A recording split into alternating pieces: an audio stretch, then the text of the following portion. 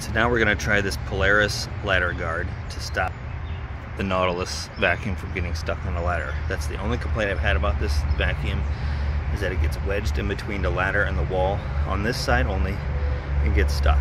So I picked one of these up at my local pool store and I attached it to just one side of the ladder. We'll see how that goes. So I started the vacuum. We'll come back in a few hours and see if it's done its job without getting stuck.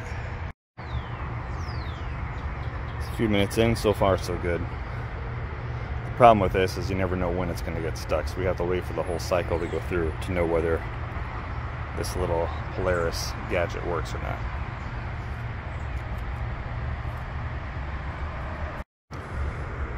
Okay, so the first one is a success. A couple hours later, and the Dolphin completed, never got stuck.